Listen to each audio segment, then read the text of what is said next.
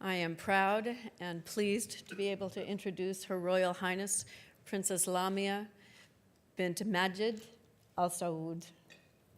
She's the Secretary General and a board member of the Alwaleed Philanthropies. She is mother of two, a fantastic businesswoman, and she is the author of a best-selling book called Children and Blood that tackles the complex issue of honor killings and reflects on the harsh realities which women in the Middle East face.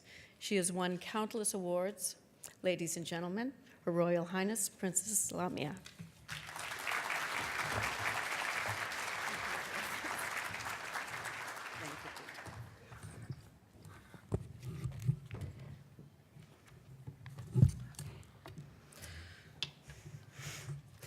Thank you, Paige, for the humbling introduction and all the remarkable work that you and the Huntsman Center Foundation do. Your Excellencies, distinguished guests, ladies and gentlemen, I would like to ask you to indulge me for a minute. Imagine a group of young girls at a birthday party. Imagine they have been encouraged to dress up as someone they admire or aspire to be. Who do you think they would choose? A famous singer? A movie star?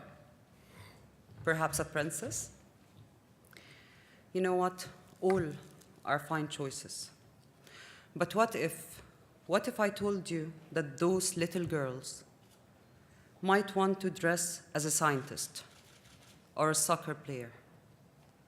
What if among the fluffy dresses and the sparkling tiaras, you find a doctor's coat or a smart business suit? Would you find this strange? Should we stop them from dreaming? The answer, of course, is no. I put it to you that if we truly want to change the future, we need to listen and accept the dream of those young girls, whatever they may be. If we truly want to change the future, we need to pay attention to their passions, their inspirations, and dreams. And on top of all, if we really and truly want to change the future, we need to believe in their powers and in their willingness to achieve. You see, children are not bound by fears or constraints of their elders. They love more eagerly. They understand more easily. They do not judge, and they do not doubt that they are capable to do more. On the other hand, we adults are frightened of what we don't know, and we often fail to look beyond our comfort zone, let alone our borders. Yet those little girls do not have this fear. While playing in their costumes, they do not shy away from speaking their minds.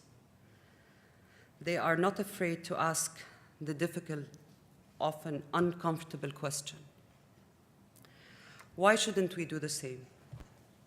Why shouldn't we question unconventional wisdom?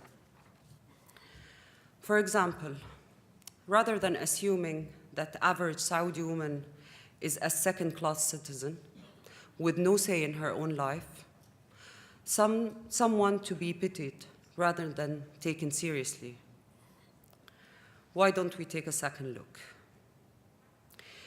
We can start doing that by looking beyond the myths. For instance, do you know that girls were educated in the kingdom only 2 years after the first university was established in 1957? A part of his vision for female empowerment, His Majesty King Saud bin Abdulaziz ordered a royal announcement in 1959, the General Presidency for the Education of Girls, 1959.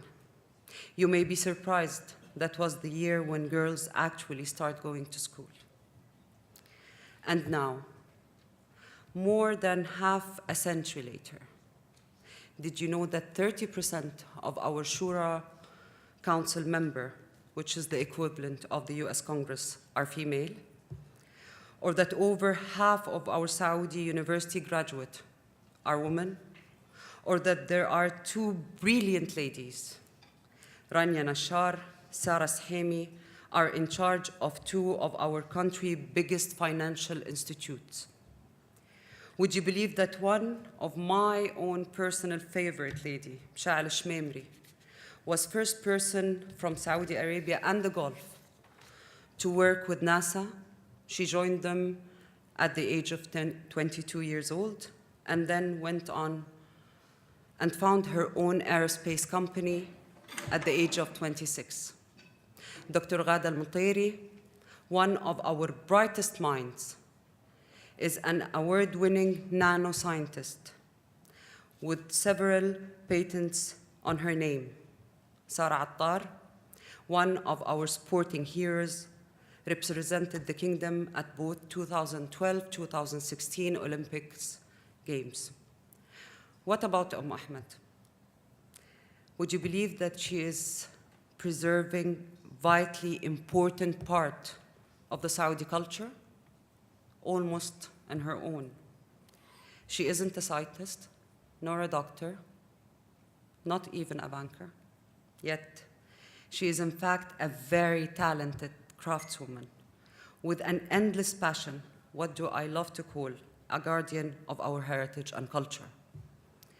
These are just a few of many examples I would give you. And yet, these pioneers and overachievers are not as well known or recognized as they deserve to be. And this, ladies and gentlemen, have to stop and change. Why? Well, let's go back to those girls. Their dreams might be limitless, but without role models to guide them, their journey will be much more difficult. We need more ladies for them to look up to. It is one of the reasons why Alwaleed Philanthropy gather women from all around the world in Riyadh for women's empowerment conferences this year, the first of its kind in Saudi Arabia. We wanted to show the women and girls alike that opportunity is out there for them, and their dreams can come true. This has never been truer than it is today. That is not to say that challenges do not remain in our society. They do. And we do not deny that. But in the same time, it is true in every country as well. And we must not lose sight of the very real progress that has been made. We must insist that the voices of those who have achieved this progress are heard. It was these voices, after all, that celebrated His Majesty, King Salman bin Abdulaziz's decision to decree that women will be permitted to drive in the kingdom. This was major news for all of us back then. In fact, within 48 hours after the announcement, Alwaleed Philanthropies team was the first organization to respond by launching the first initiative in support of His Majesty Royal Decree. His Royal Highness Prince Alwaleed bin Talal has always been a strong supporter of women's rights, including their right to drive.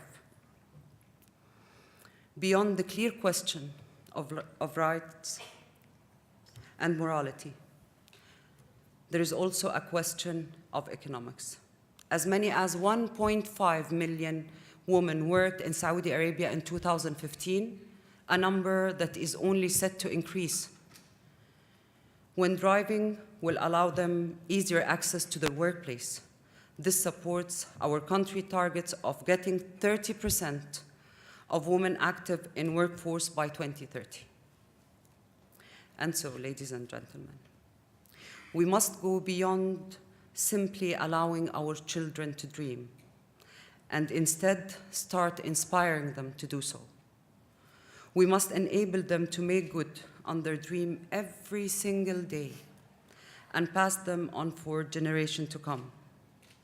Everyone, of course, will have her or his own ideas on what they ought to learn and how they should live their lives. But who are we to stop them from dreaming? We should not impose our own narrow ideas on their imagination. Instead, we must foster their creativity, their voices, and their idols. As a mother and as a proud Saudi woman, I say we should look to the future, a future that can only stand to gain from empowering girls, both in my country and abroad. After all, who is to say that the little girl dressed as a doctor won't be the next Dr. Salwa al-Hazza, or that the girl dressed in a lovely business suit is the next Raya Abed. So I would like to ask you for a favor, ladies and gentlemen. The next time you see a young girl, try to see the world from her own perspective and imagine what she aspires to achieve. Who does she look up to and why? Be confident that whatever we set today as a standard for girls' role models will become tomorrow's fact. It is up to all of us to set the right standards for these young girls. We should all keep that childish sense of tolerance and wonder. Change is happening in my beloved kingdom, and women are leading the way. Thank you.